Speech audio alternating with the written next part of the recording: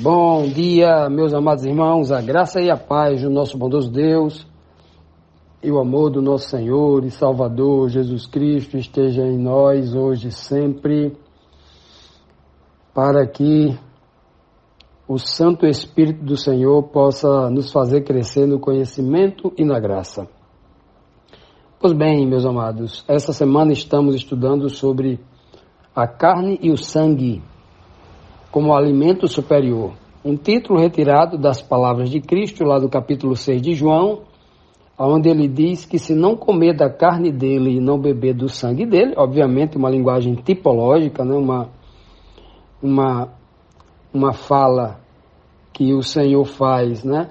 Usando símbolos espirituais para falar de algo superior e não de uma linguagem literal, né? Estamos estudando isso ontem. Nós vimos na segunda-feira, quando Jesus Cristo disse com todas as letras que a carne dele era verdadeiramente comida e o seu sangue verdadeiramente bebida. E ele diz claramente que todo aquele que come da carne dele e bebe do seu sangue permanece nele. É isso? Então hoje, na terça-feira, a quinta pergunta, dando continuidade a esse raciocínio, dando continuidade ao discurso de Cristo, né, a grande pregação que ele faz, como ensinou Jesus Cristo a relação espiritual necessária para a vida eterna? Como é que tem que ser essa relação necessária para que o homem receba a vida eterna? João 6,57, Cristo diz assim: da mesma forma como o Pai que vive me enviou, e eu vivo por causa do Pai, assim aquele que se alimenta de mim viverá por minha causa. Veja que Cristo está dizendo o que significa comer a sua carne. Nesse verso ele faz uma comparação, ele faz aqui da mesma forma, ele começa o verso assim, da mesma forma, igualmente, do mesmo jeito, e depois da vírgula ele diz, assim, ou seja, assim, do mesmo modo, do mesmo jeito. Então, duas vezes ele faz uma comparação, usando os termos da mesma forma e assim, ou seja, do mesmo jeito. Então, ele está dizendo para nós o seguinte, olha, vocês precisam comer da minha carne como eu me alimento do Pai. É por isso que o Pai está em mim e eu permaneço nele, porque eu me alimento do Pai. É por isso que ele não diz assim, da mesma forma, eu como da carne do Pai. Por que ele não diz eu como da carne do Pai? Porque o Pai não tem carne. O Pai não é como os seres humanos, né? E o termo carne, nas Escrituras Sagradas, só tem um tipo, como nós já falamos. A carne pecaminosa. Carne do homem, né? Por isso que a Bíblia diz que Cristo veio em semelhança de carne pecaminosa. Está lá em Romanos 8, verso 3. Não que Cristo tenha pecado, mas a sua natureza, o ser natural, o homem natural dele, era da mesma carne que nós também, né? Porque ele nasceu da mulher e nós também nascemos, né, do ser humano, filho do homem. Então Cristo está dizendo assim, vocês querem saber o que significa comer a carne do filho do homem? Não é comer a carne literal, não é se tornar um canibal, não é? Não é se tornar um canibal, não. Ele está dizendo assim, ó, eu, por exemplo, me alimento do meu pai. Meu pai que me enviou. E eu passei, então, a viver por causa dele. Meu pai me enviou, eu obedeço ao meu pai, porque eu aceitei o envio, eu estou aqui. Se eu estou aqui é porque ele me enviou, eu aceitei que ele me enviasse. Então, a minha vida aqui é única e exclusivamente para fazer a vontade do Pai. Ou seja, eu vivo para ele. Eu vivo por causa dele. Eu vivo para obedecê-lo. Eu vivo para fazer a sua vontade. E é assim que eu me alimento do Pai. É por isso que eu permaneço nele e ele permanece em mim. Ou seja, é basicamente isso que Cristo está dizendo aqui, né? Aí por isso que ele conclui dizendo, assim aquele que se alimenta de mim, ou seja, da mesma forma como eu me alimento do Pai, vocês se alimentam de mim. E aí vocês também, como eu vivo por causa do Pai, vivo para o Pai, eu vivo por causa do Pai, vocês então viverão por minha causa, se vocês se alimentarem de mim. Mas ali estava acontecendo o contrário. Ali, as pessoas que estavam aí discutindo com Cristo, que não queria aceitar a verdade que emanava do nosso Senhor e Salvador Jesus Cristo, essas pessoas não estavam ali para escutar Cristo, para aceitá-lo, para viver por Ele, para viver para Ele. Estavam ali para matá-lo. E aí, por isso que Cristo está dizendo, é por isso que vocês vão morrer. É por isso que hoje já vocês estão mortos em si mesmo, disse Cristo no contexto aqui da fala dele. Estão mortos em si mesmos, né? Olha só. Veja que linguagem simples, linguagem objetiva, para que ninguém possa dizer, não, Jesus Cristo estava falando ali numa linguagem literal, vamos dar literalidade ao que Cristo está dizendo, que comer da carne é comer carne mesmo. Ele está falando de alguém chegar e morder o braço dele, né, tal, né, arrancar uma tasca de carne do corpo de Cristo, ou então matar ele, né, para cozinhar, para se alimentar, nada disso, seria um absurdo. Nós entendemos assim. Veja que quando ele fala se alimentar da carne, é especificamente uma fala para se alimentar do ser humano Jesus Cristo. Porque da mesma forma como ele diz, eu me alimento do Pai, em que sentido é esse? Já imaginou? É o sentido também espiritual que Cristo está dizendo, eu escuto meu Pai, eu aprendo com o meu Pai.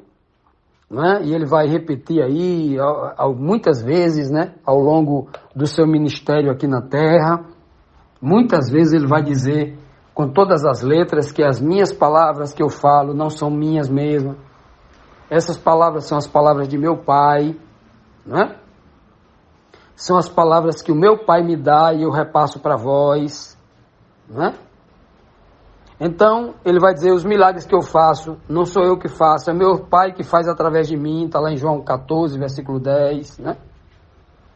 Então, Cristo vai dar muitos subsídios para uma crença clara. Ele vai dizer com todas as letras aqui, né? De forma clara, vocês precisam me aceitar como enviado de Deus, se alimentar das palavras que eu estou dizendo, e fazer do jeito que eu estou dizendo, viver por minha causa, me sigam, que eu vou enviar vocês, assim como meu Pai me enviou, para vocês viverem. Se vocês fizerem o que eu estou dizendo, vocês vão viver, se alimentem das minhas palavras, se alimentem de mim, assim como eu me alimento do meu Pai. Que maravilha, né? Que beleza, ensinamento simples. Cristo está dizendo o que significa se alimentar de alguém, ouvir as palavras de alguém, porque as palavras é como um alimento. Continuando, meus amados, vamos aqui para a próxima pergunta. Uma pergunta muito propícia, né? A pergunta diz assim, como encerrou Jesus seu ensinamento aos judeus e aos demais? Encerrou em que sentido, né? Encerrou aquela fala que ele começou dizendo, eu sou o pão que desceu do céu. E agora ele em seguida ele fez aquela transição. O pão que vocês devem comer não é a minha carne espiritualmente falando, né? É a minha carne, se alimentar de mim, beber o meu sangue, né? Pois bem, como é que ele encerra essa coisa, esse tema, comer a carne e o sangue dele? Ele encerra como este assunto? João capítulo 6, versículo 58, ele diz assim, esse é o pão que desceu do céu. Veja que ele começa com pão, depois fala de carne e sangue e volta a falar de pão de novo. Ó, esse é o pão que desceu do céu. Os antepassados de vocês comeram o maná, aquele pão do passado, o maná, e morreram. Mas aqueles que se alimentarem deste pão, viverá para sempre. Eu imagino aqui que quando Cristo fala este é o pão, este está próximo, esse está um pouco mais distante, né? Falando dele mesmo, é como se ele estivesse apontando para o peito dele assim, né? Este é o pão. E quando ele disse aqui na parte final, né? Ele diz assim, ó, quem se alimenta deste pão de novo, ele aponta para ele, porque ele já havia dito, né, com todas as letras, eu sou o pão da vida, eu sou o pão que desceu do céu, eu sou o pão de Deus. Ele já tinha dito isso de forma direta, clara, nos versículos anteriores, como nós já estudamos aqui.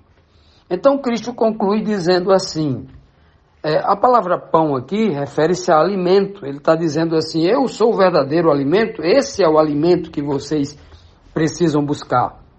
Vocês precisam se alimentar de mim, né?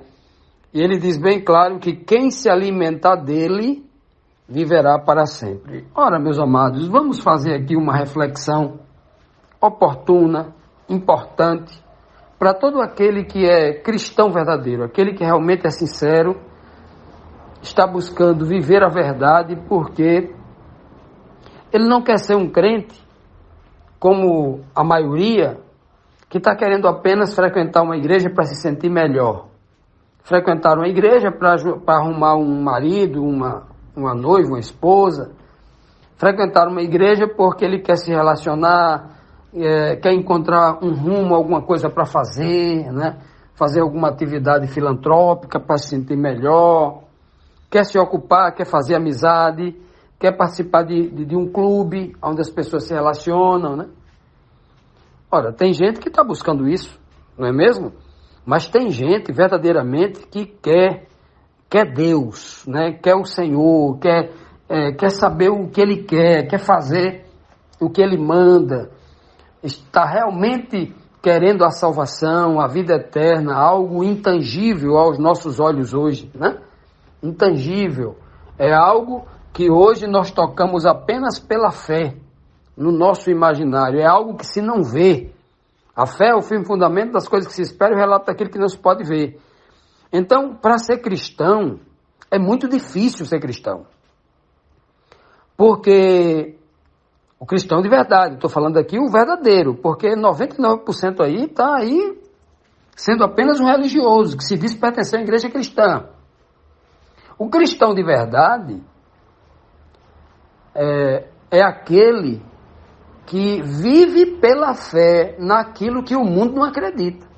O mundo não acredita que tem uma vida após essa. Por isso que eles querem aproveitar essa vida logo agora mesmo. E as igrejas estão cheias de gente que diz que é crente, que estão de olho aproveitando só essa vida agora. Quer ver sair da igreja?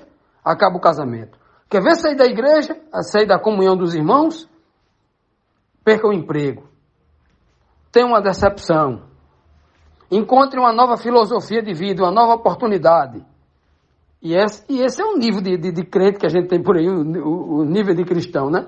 Verdadeiras fraudes, só vive sofrendo e não aprende, né? Porque não tem interesse de viver a verdade, de buscar a verdade.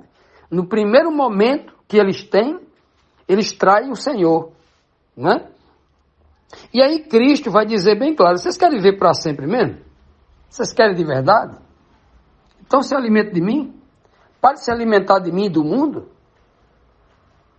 Vocês estão se alimentando mais da religiosidade do judaísmo, ó, a religião, que tinha os papiros todos originais na mão, que tinha a verdade ali na mão, tinha só os livros por escrito, mas não viviam a verdade no coração.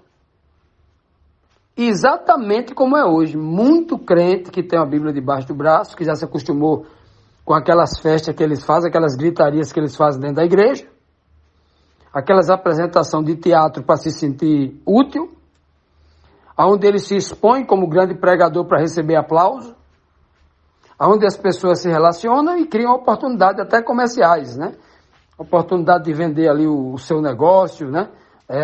Uma clientela na igreja grande, você tem uma clientela grande, você tem uma loja lá e tal, os crentes vão priorizar comprar na sua loja. Então, muita gente está buscando isso. E não é isso que Cristo vai falar, não é isso. Cristo, obviamente, ele vai falar até implicitamente contra isso, né? No sentido de dizer assim, ei, o mundo jaz no maligno, não busque as coisas desta vida, não busque o pão que perece, não busque viver uma vida que você vai perecer, você vai morrer.